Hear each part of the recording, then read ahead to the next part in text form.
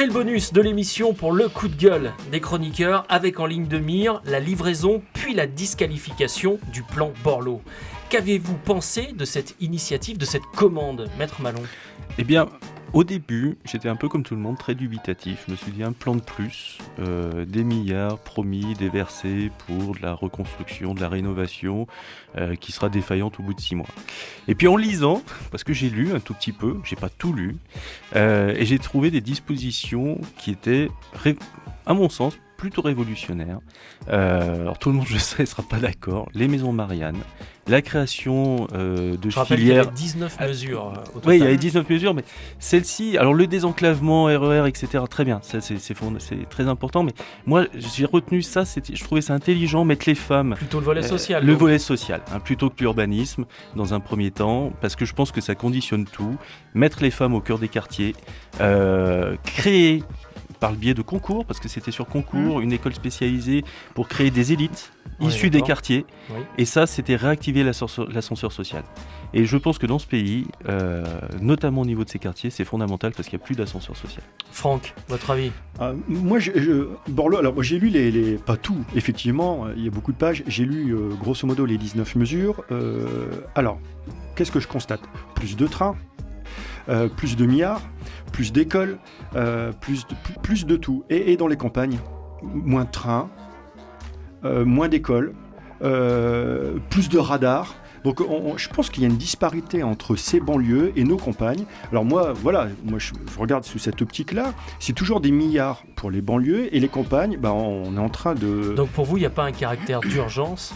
Mais il n'y a pas que les banlieues. Pour ces secteurs dits fragilisés. Mais les campagnes, il n'y a pas que les banlieues. On parle des banlieues, on met des milliards et les campagnes.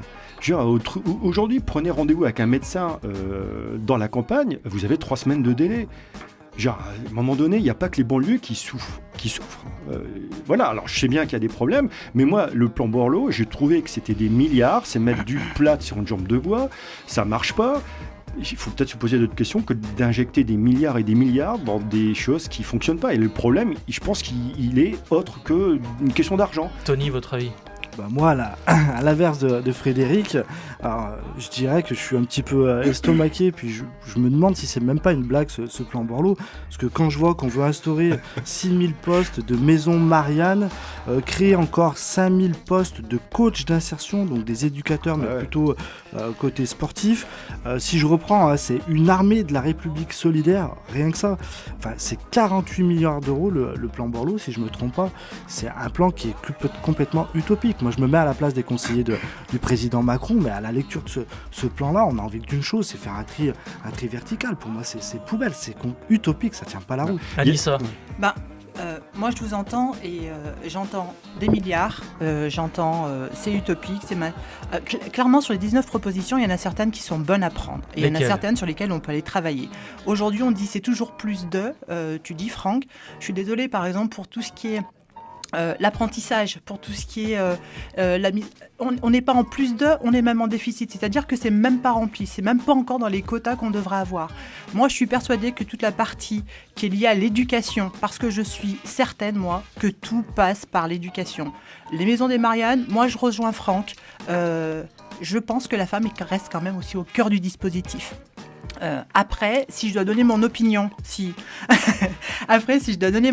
par rapport au plan en lui-même et la commande de ce plan-là, je me dis, non mais, on commande un truc parce qu'on se rend compte qu'il y a des dysfonctionnements. On nous livre un rapport. Le rapport, il y a certainement des choses qui sont bonnes à prendre. Et qu'est-ce qu'on fait ? On le met dans un tiroir, on dit, on y reviendra plus tard. C'est vrai, en effet, il y a des points d'amélioration, mais on y reviendra plus tard. Et moi, ce qui m'agace, c'est que j'ai le sentiment qu'en fait, on s'est servi de ce rapport. Et on l'a commandé à Borloo parce que clairement Borloo c'est le porte-drapeau des oubliés et des gens qui sont un peu dans le repli communautaire, etc. Et qu'on s'est dit tiens, on va venir gommer cette image qu'a aujourd'hui notre président de président des villes et des présidents des riches. On est d'accord. C'était à l'heure. C'est à l'heure. Ouais. Complet. Maître Malon, une réaction. Moi, je pense que les mesures les plus intéressantes n'étaient pas forcément les plus coûteuses. Et je reviens à mes maisons Marianne, si ça peut paraître kitsch. Alors les coachs, je pense que c'est le terme qui était un peu stupide. Mais les mesures les plus intéressantes n'étaient pas forcément les plus coûteuses. Pour rejoindre Franck, mais je pense que tout le monde se sent abandonné. dans ce pays. Mais les campagnes, les villes, les banlieues, tout le monde. Et je pense que c'est le drame de ce pays. C'est que ta réaction, elle est symptomatique. C'est on dit encore les autres, pas moi. Ouais. Et en sens inverse, c'est la même chose. Et ça, je pense que c'est le drame de ce pays. Ouais, mais en tant que citoyen, on peut quand même constater, tu peux pas faire 10 mètres sans te faire flasher dans les campagnes, et là, tu te rends compte qu'il y a des forces de l'ordre dans certaines banlieues, elles y vont même pas. Je suis d'accord. Et c'est quoi le problème ? Puis à un moment donné... Tony ? Moi, si je peux juste rebondir, le plan de rénovation urbaine, très sincèrement, au niveau local, je pense notamment à des quartiers comme Moreno ou La Cotonne, où nous, on se rend régulièrement. On a quand même des appartements qui sont quand même plutôt bien agencés. On a des appartements qui sont lumineux, qui sont assez propres à l'intérieur, qui parfois même ont des vues qui sont splendides. Aujourd'hui, pourquoi ces quartiers, entre guillemets, se cassent la gueule ? Parce que, comme l'a très bien dit Anissa, aujourd'hui, il faut mettre l'accent sur l'éducation. je suis d'accord. Sur l'éducation et l'emploi. On a l'exemple à Saint-Étienne. En face de Moreno, on a la Feuitière. Au niveau architectural et aménagement urbain, c'est la même chose que Moreno. Il n'y a rien, c'est le néant. Et pourtant, c'est un secteur qui, depuis 15 ans, a dû prendre entre 15 et 20% au niveau des prix du marché. Donc aujourd'hui... Le problème, c'est pas la rénovation, comme l'a dit Anissa, c'est l'éducation. Alors, c'est si ça doit... l'éducation, ouais. Donc, en fait, on est d'accord. On est tous d'accord là-dessus, ouais, bien sûr. Au niveau en tout cas de la rénovation urbaine en tant que telle, parce que je rappelle que Borloo est quand même le père de la rénovation. Oui, il est le père de la rénovation. Tu m'emmerdes.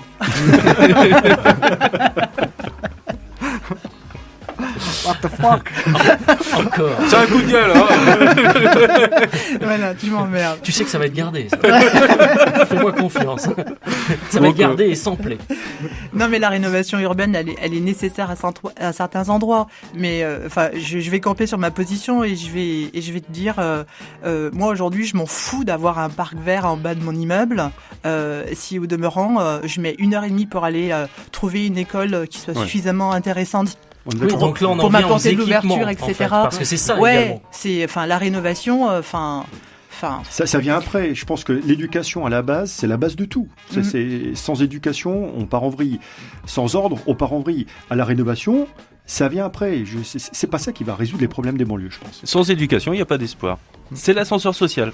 Exactement. Voilà, c'est la fin du débrief de l'actu. Merci aux chroniqueurs Anissa Bouachir, Franck Delporte, Maître Frédéric Malon, et une pensée toute particulière pour Tony Pina, qui nous quitte pour des aventures professionnelles qui nécessitent désormais toute sa disponibilité. Merci Tony. Merci pour tout Tony. ce que Merci tu as Tony. apporté à l'émission, et tu seras toujours le bienvenu. C'est extrêmement gentil, je vous remercie pour votre accueil et c'est une équipe qui me tient au cœur. Très Et la sympa, question très bonus, sincèrement. quand est-ce qu'on boit un coup ? Voilà, c'est ça. On aurait pu. Rendez-vous pour une 4e saison en septembre. À très bientôt pour parler d'humour. Merci.